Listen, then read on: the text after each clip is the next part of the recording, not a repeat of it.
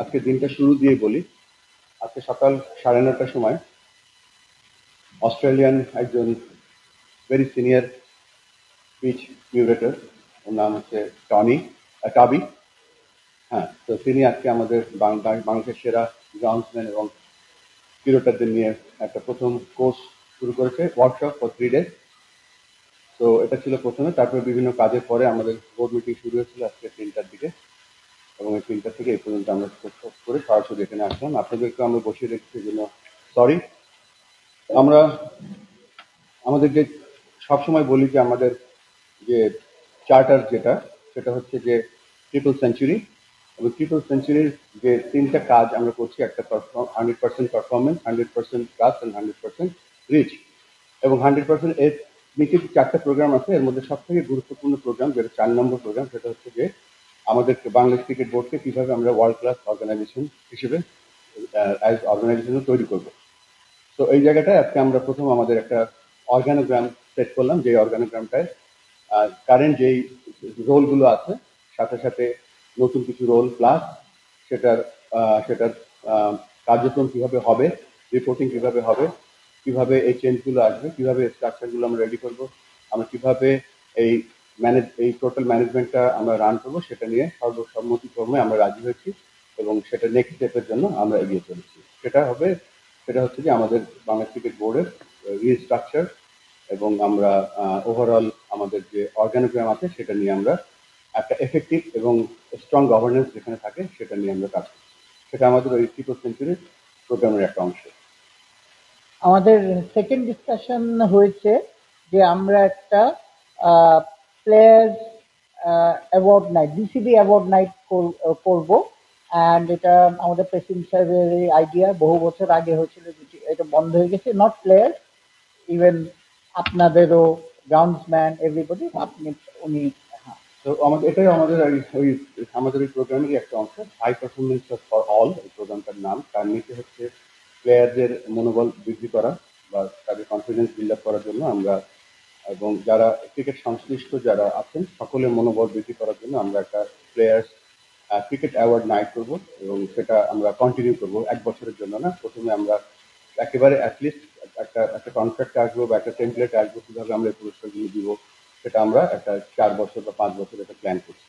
আমি একটা জিনিস বলতে ভুলে গিয়েছিলাম, যেটা এর আগে ছিল, সেন্ডেনেন যে আমাদের অর্গানাইজেশন, তার প্রথম যে কাজটা করেছি আমরা, সেটা হচ্ছে যে আমরা কানেক্ট অ্যান্ড গ্রো যে প্রোগ্রামটা, তার আন্ডারে আমরা 25 বছরের টেস্ট পূর্তি পালন করলাম, এবং এর এর একটা অংশ ছিল আমরা তো শুধুমাত্র টেস্ট 25 বছরের টেস্টের আলোচনা আমরা 20 যেটা সিলভার জুবিলি উদযাপন করলাম, বাট উদযাপনের মাধ্যমে আমরা আমাদের আমাদের ট্রিপল সেঞ্চুরি একটা প্রোগ্রাম হচ্ছে কানেক্ট অ্যান্ড গ্রো।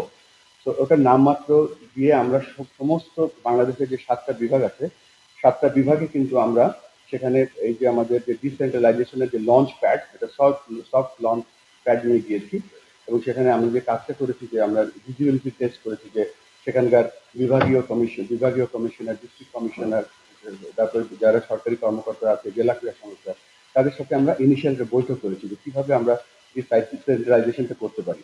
এর পেছনে যে কারণটা, সেটা যে বলছিলাম যে পরিকল্পনাটা, সেটা হচ্ছে যে আমাদের যে ডিস্ট্রিক্ট কোচগুলো আছে, এই ডিস্ট্রিক্ট কোচরা তাদের যে উপজেলাগুলো আছে, সেই উপজেলাতে তারা কিভাবে ক্রিকেট উন্নয়ন করবে, এই ডিস্ট্রিক্টের কোচটা কিভাবে বিভাগীয় কোচের কাছে তারা রিপোর্ট করতে, সেখানে বাচ্চাদেরকে আমি উদ্বুদ্ধ করেছি। বাট আমরা মেইন যে কাজ ছিল সেটা হচ্ছে যে ওখানকার যে স্টেক হোল্ডার আছে তাদেরকে ম্যানেজ করা, সো দ্যাট আমরা এই ডিসেন্ট্রালাইজেশন প্রোগ্রামটা সুন্দরভাবে তাড়াতাড়ি করতে পারি। আর কিছু জিনিস দেখেছি, যেখানে ফেসিলিটি দেখেছি, প্লেয়ারদের কান্না শুনেছি। প্লেয়ার যখন কাঁদে এবং বলে যে 14 বছর ক্রিকেট খেলা হয় না তার ওখানে, তার 20 বছর তার ক্রিকেট খেলা হয় না, আমি ক্রিকেটার, আমার কাছে মনে হচ্ছে যে এটা অবিচার। তো এইগুলো আপনারা এই যে কাজটা করছেন, আপনাদের উচিত ছিল যে বাংলাদেশ ক্রিকেট বোর্ডকে জিজ্ঞেস করে যে কেন 14 বছর খেলা হয় না, 20 বছর খেলা হয় না। তো প্লেয়ারের কান্নাও শুনতে হচ্ছে। তো এই কথাগুলো বলার কারণ হচ্ছে যে আমরা ডিসেন্ট্রালাইজেশন করছি, এবং সেই কাজটা করার প্রথম ধাপ অত্যন্ত সফলভাবে আমরা পালন করতে পেরেছি। আমাদের ফোর্থ ডিসকাশন হয়েছে রিগার্ডিং দ্য ন্যাশনাল। আমাদের যেহেতু একজন কনসিলেক্টর আছে, সেই ব্যাপারে একটা ডিসিশন নেওয়া হয়েছে। মিঠু ভাইয়ের সাথে আমি শুরু করি যে আমাদের এখানে যেখানে তিনজন ন্যাশনাল টিমের সিলেক্টর ছিল, সেখানে আমাদের দুজন ছিল। আমরা সেখানে আরেকজনকে কিভাবে ওখানে নিতে পারি, এটা দুজন সিলেক্টরের পক্ষে অনেক কঠিন হয়ে যাচ্ছে। এবং মেয়েদের যে সিলেকশন টিম আছে, সেখানে আমরা নীতিগতভাবে সিদ্ধান্ত নিয়েছি, সেখানে আমরা ফিমেল সিলেক্টর যুক্ত করবো। এবং আস্তে আস্তে আমরা ফিমেল আমাদের যে উইমেন্স উইং আর উইমেন্স হাই পারফরমেন্স আছে, আমরা চেষ্টা করবো আস্তে আস্তে সমস্ত উইমেন্স সেট আপ সেখানে দেওয়ার জন্য।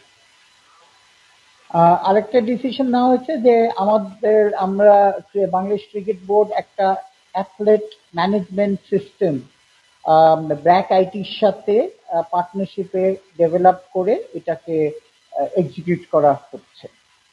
সো এটা কতটা ইম্পর্টেন্ট এটা প্রেসিডেন্ট সাহেব একটু এক্সপ্লেন করবেন, কেন দিস ইজ হিজ এক্সপার্টিজ। প্রথমে বলে নিচ্ছি যে আমরা কিন্তু আমাদের দেশীয় আইটি কোম্পানি ব্র্যাক, যারা নাকি অলমোস্ট পানির দামে আমাদেরকে এই সার্ভিসটা দিচ্ছে, যেটা পৃথিবীর সব হাই পারফরমেন্স টিম ইউজ করে।